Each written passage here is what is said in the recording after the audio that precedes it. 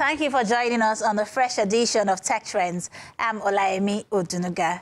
On this week's episode, we look at how a health tech startup is linking patients with doctors on demand. Also on the program is my chat with Francis Jayeola, founder of Stradley, and we focus on the metaverse. We'll give you more details shortly. Remember, this is the program that takes you on the ride in 25 minutes to seek out innovation and creativity that are unique to Nigeria.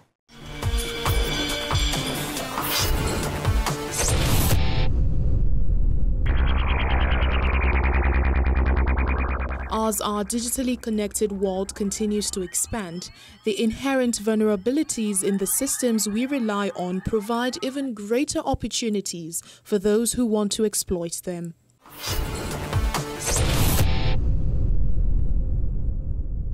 Health tech startups and companies have brought medical services to our doorsteps, helping to solve some of the lingering issues in the sector, such as the low doctor-to-population ratio. Even though Africa still has a long way to go in terms of health tech startups, their emergence has helped provide innovative solutions plaguing the healthcare system. And one of them is ChairmanDoc. A typical day in the hospital could entail long waiting hours for medical care and in-person interaction with a doctor, but those days are gradually being phased out with a new reality brought by telemedicine. Patients and doctors can now meet remotely via video and app-based visits, and that's where Ugochukwu Chikezie comes in. The Nigerian with his team has developed a mobile application that can connect patients with licensed doctors. The platform, ChairmanDoc, was born out of a need to provide a convenient way to receive medical support and bridge the gap between doctors and patients. I also have a story about my son who was diagnosed with enlarged adenoids, and what that cost was he always had a stuffy nose or blocked nose in the middle of the night, and would force us to drive him to the hospital 2 a.m. in the morning, 3 a.m. in the morning, or call the family doctor. And then it hit me that there were a lot of Nigerians who didn't have that kind of access, and even if I could drive at 2 a.m. in the morning, I was still putting my family at risk. And those things combined just brought the idea to me that why don't we have a mobile app that could give people access? Because some of these things might not even be emergency things. It could just be just an assurance from a doctor. And that's how the marriage happened, and that's how the vision was born. Available statistics from the World Health Organization show that over 40% of WHO member states report to have less than 10 medical doctors per 10,000 population, and over 26% report to have less than 3.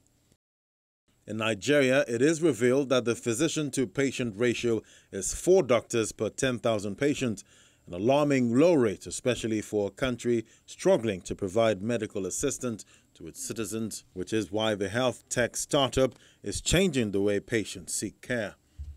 Via the app, patients can access quality healthcare services regardless of their geographical location from the comfort of their homes. And this limits visits to hospitals and healthcare centers, especially in the wake of the COVID-19 pandemic. ChairmanDoc is a telemedicine solution. It's a solution that allows, it's a mobile app that allows patients or users talk to doctors remotely, whether it's via chat, audio, or video calls, 24/7. We've been able to aggregate doctors across Nigeria, and they can consult with patients remotely. So, meaning a doctor in Cross River can consult with a patient real time in Lagos or Port Harcourt. Merging healthcare with digital technology was one thing, but convincing the doctors to join the wave was another. In the beginning, it was a bit tough because there was a lot of education to be done with doctors. Even doctors themselves didn't understand how it was possible to give a proper diagnosis and treatment to patients remotely. But one question I used to ask when I was talking to doctors to come up on the platform was, I said, have you ever had to, have a conversation with your brother or your sister or your mom or your wife or your friend over the phone because the person is saying, oh, I feel this way, what do you think is wrong with me? And 100% of the doctors have had that experience. I mean, someone actually told me that if she was getting paid for each time she had to talk to somebody about a sickness or prescribe something, she would have been a millionaire in dollars today. It was a joke, but the truth is, what I said after I got that response was, you've been practicing telemedicine all this while. And working with ChairmanDoc has been quite impressive to see the amount of people that are embracing telehealth. And telehealth basically is providing healthcare services to individuals in lieu of in-visit consultation, so that you have people that you get to provide services through electronic media, software or apps.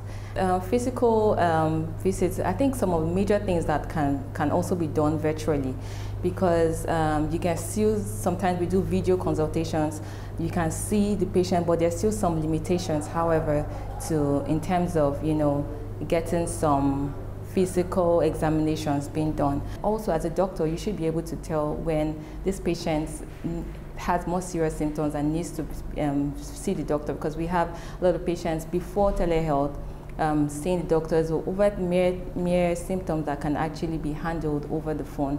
So I think it has somewhat brought some prevention and limited the spread of this coronavirus. Ugochukwu says although the telemedical platforms are siblings to traditional healthcare systems, they face the same troubles other tech startups struggle with. I think the biggest challenge is education, actually, because from a doctor's end, there's that educating to be done, and then also the patient's end. I think the pandemic actually helped in educating people, because they were forced to look for an alternative if they couldn't go into the hospital. And once you try it, you would realize that it actually works. Telemedicine is facing the same thing every other startup or any new thing faces here in Nigeria, from funding to government structures and so many other things. I think it's a general thing amongst different companies. As the platform seeks to change the narrative of how people access healthcare in Nigeria, it is another way to show how much technology is revolutionizing sectors in the world today.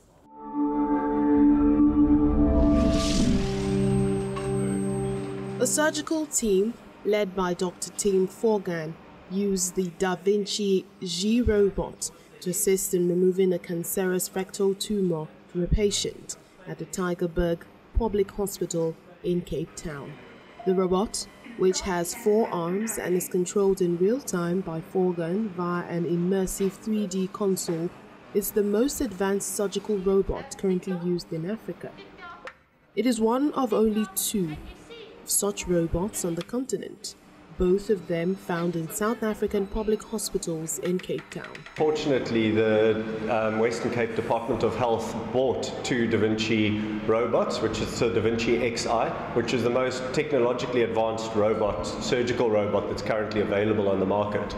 And what they're designed for, what they do is they allow you to work very, very finely and with great precision. And they magnify the image that you're seeing a lot more than normal laparoscopic stacks, so we can see much more detail, and then the instruments you can maneuver with a lot more accuracy and do finer work and get a better result, so you can preserve more organs that way. The system is being used mainly for complex type surgeries.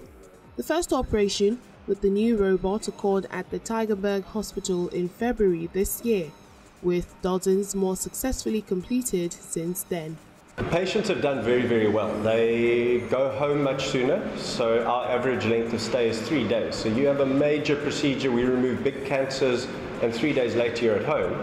And the complication rate has definitely come down. And chatting to the patients post-operatively, they have a lot less nerve damage. You can see that their function is way better than what we had originally. And we were doing all these ops with keyhole surgery, so we were already doing them with very small cuts, people going home after 5 days, now 3 days. It's definitely improved their quality of life, and they all tell me they feel as if they haven't had an operation. 2 years ago, the hospital also introduced a robot on wheels called Kania during the COVID-19 peak to help patients connect with their relatives via video or a voice call. This innovation like this one is very excellent, and also knowing that we just had a pandemic where family members couldn't get into the hospital.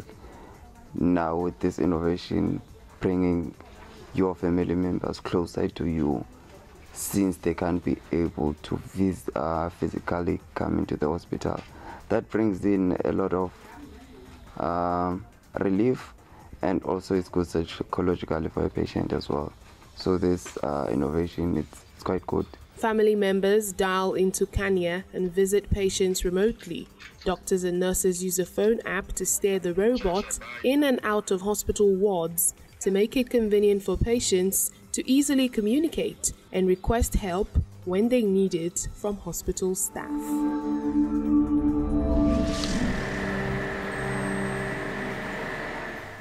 Zoox, a self-driving technology firm, says it is gearing up to launch its robot taxi business, self-certifying that its vehicle with no pedals or steering wheel meets U.S. federal regulations and applying for a permit in California to test drive it. Zoox's vehicle, called VH6, has room for 4 passengers, with 2 facing each other. It is produced in Zoox's Cato factory in Fremont, California, a city where Tesla also builds its cars. The firm's co-founder and chief technology officer says the current economic slowdown has not affected the company, and Zoox will increase its employee number to 2,000 this year from 1,400 at the start of the year. Levinson also says for now the company is focused on moving people rather than packages, which is much more lucrative. So right now we're taking one of the very first rides in our ground-up robotaxi. So you'll notice there's no steering wheel, nobody's driving it, it's driving it all by itself, and we're navigating a pretty tight set of turns in this parking lot, and the vehicle is navigating by localizing itself very precisely and controlling itself within about centimeter accuracy. So you see that we're able to make tighter turns than a regular car makes, able to do them more precisely than even a skilled human driver. Generally, self-driving tech companies with vehicles without a steering wheel or pedals have applied to the U.S. National Highway Traffic Safety Administration for an exemption. Levinson says Zoox chooses instead to self-certify according to federal motor vehicle safety standards, acknowledging this was a higher bar that makes Zoox liable for the safety of the vehicle. We built this ground-up architecture from the very beginning to comply with the FMVSS, and the self-certification is an attestation. We've actually done all the work to show that we've done that, including all the documentation, all the testing that goes along with that. The cost of operating these vehicles per ride is actually lower. So there's some parts of the technology that are already in cars today on the road. The real transformation is when we go full autonomous, full self-driving, where there's no longer a driver, it's all about the riders. Okay, so that's coming probably long-term, 20 to 30 years, but it means you're going to start seeing that probably within the next 2 to 3 years, and then 20 to 30 when it's on like every corner. The NHTSA exemption usually limits the number of vehicles that can be manufactured as well as the period of production. Cruise applied this year for an exemption.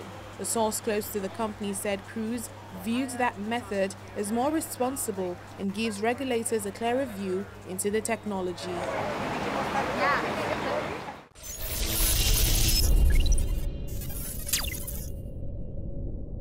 The metaverse has fast become one of the most talked about and researched technology. While some say it is the next frontier in the evolution of the internet as a space where the real and virtual worlds collide, others are of the opinion that the metaverse is being dominated by companies who just want to make more money. However, many would agree that there is a revolution going on and it is being pushed forward by big tech companies and social media companies. Francis Jayola, founder of Stradally, tells us more. Francis, thank you so much for joining us on the program. Thank you too for having me.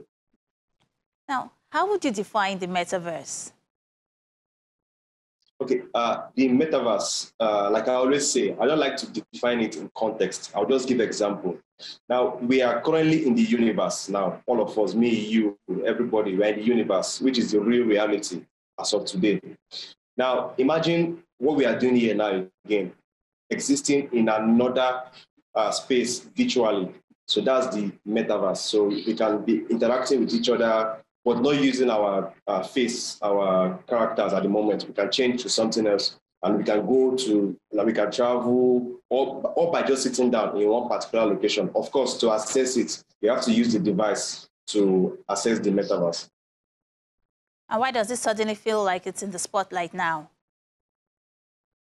Okay, the metaverse has been existing for a while now, but people didn't hear about it until now. So, but it's because of companies like Facebook, Microsoft. That's why most people is now seeing it in the spotlight as we have it now. Because Facebook even did a device that they can sell, that they sell to users to buy. Even people have it here in Nigeria, so it's. Yeah, so we can say it's the spotlight now, but it took time to get there. Even in game, when you go to game centers, or maybe if you have it at home, PS5 and the likes, the virtual reality you play is still like the metaverse. So yeah, people are already using it in Nigeria. Now, when it comes to the metaverse, right, it's like a representation of an immersive 3D virtual world, which of course would require a virtual currency. What effect will this have on cryptocurrency and blockchain technology? Okay, blockchain technology and cryptocurrency definitely will be used in the metaverse. Definitely will be used in the metaverse, and it will even increase its adoption in the metaverse, and also make the blockchain even stronger than before. As blockchain itself is an encrypted way to send message, which we all need in the metaverse concerning privacy issues and stuff like that. So, blockchain and cryptocurrency will really help the metaverse. And when this metaverse finally comes into existence, should we be worried about safety and privacy of users? Yes, we should. We should be worried, but there are measures that you can put in place to limit the risk, because many devices are connected to each other at the same time. Just like we have internet of those days, where I'm browsing, somebody's browsing, and then somebody can easily hack my computer and stuff like that. So the same thing is still what we should look at in this metaverse. My device, your device, all connected.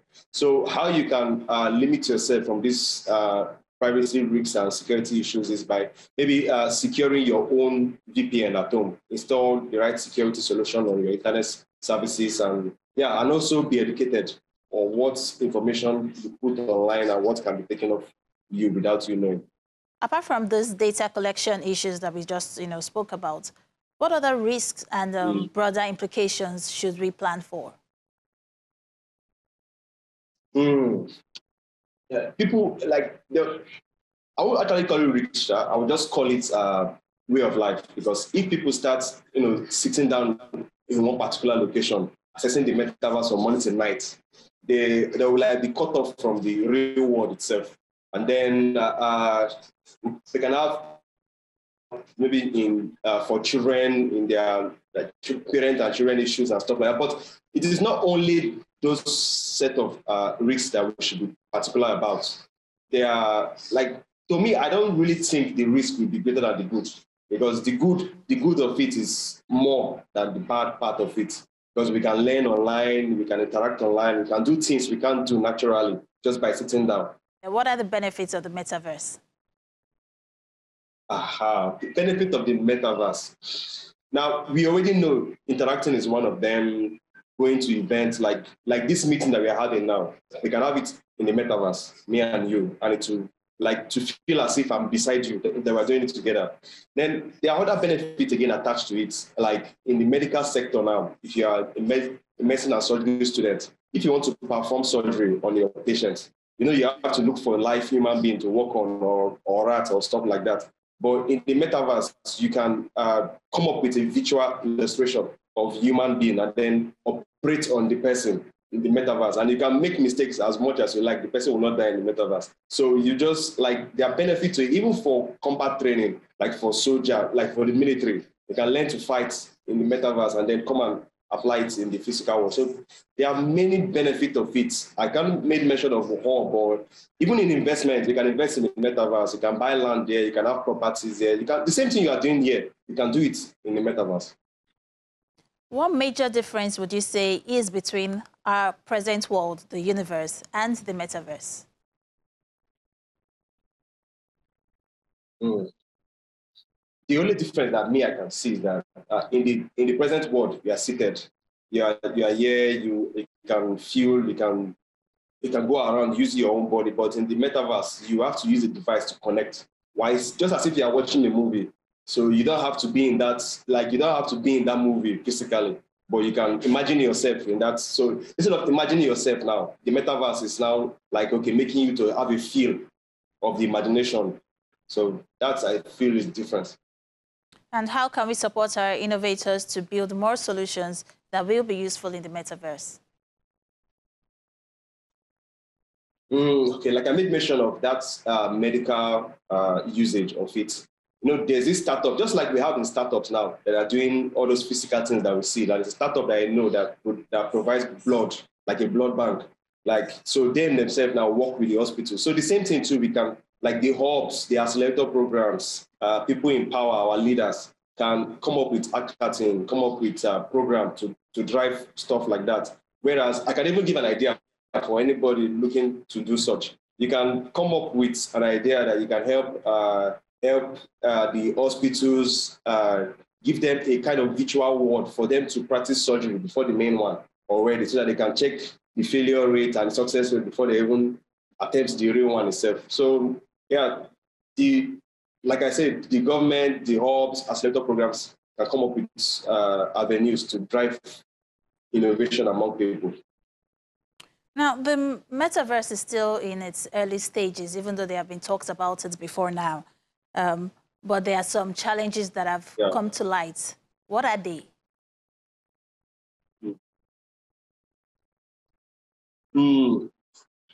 Challenges that I can see coming up is, number one, for this country, for our country, is internet, and then power supply. Well, internet is the major part of it, because you need a very good internet to access the metaverse, or you might not enjoy the experience so far. And then we talk about power supply. You can just be doing it, and then maybe the battery you're using gets low, and then so those two things, and then the cost of it, because those devices are not cheap. It can be around 300,000, 400,000. So the cost of it, but then, like we said, we can walk around it. The hubs can, get this device in their hub, and then people come in, use it. Schools can have it. Universities too can also have it. Even in government institutions too, they can also have it too. And then where they will also provide power supply and then internet. Yeah. And finally, how long will it take before the key features of the metaverse become mainstream? I can't really say for that, because it can take a while in this country to become mainstream, because we still have other problems in this country that still need to be sorted out, like the one I mentioned before, the internet, the power supply, and the like. So I'm forecasting in the next 5 years before it can become mainstream in this part of the world. Well, thank you so much, Francis, for joining us on the program.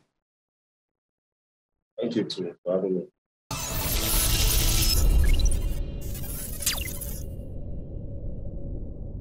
Well, that's our show this week. Many thanks for staying with us. As always, if you're interested in keeping track of how tech-savvy innovators are crafting homegrown solutions using technology in the country, keep watching Tech Trends, because we will continue to showcase them for you, from startups to big techs and, of course, inventful thinkers. Remember, we're on social media at Tech Trends TV. You can also watch this and previous editions of the show on the channel's TV YouTube account. For Tech Trends, I'm Olayemi Odunuga. Bye for now.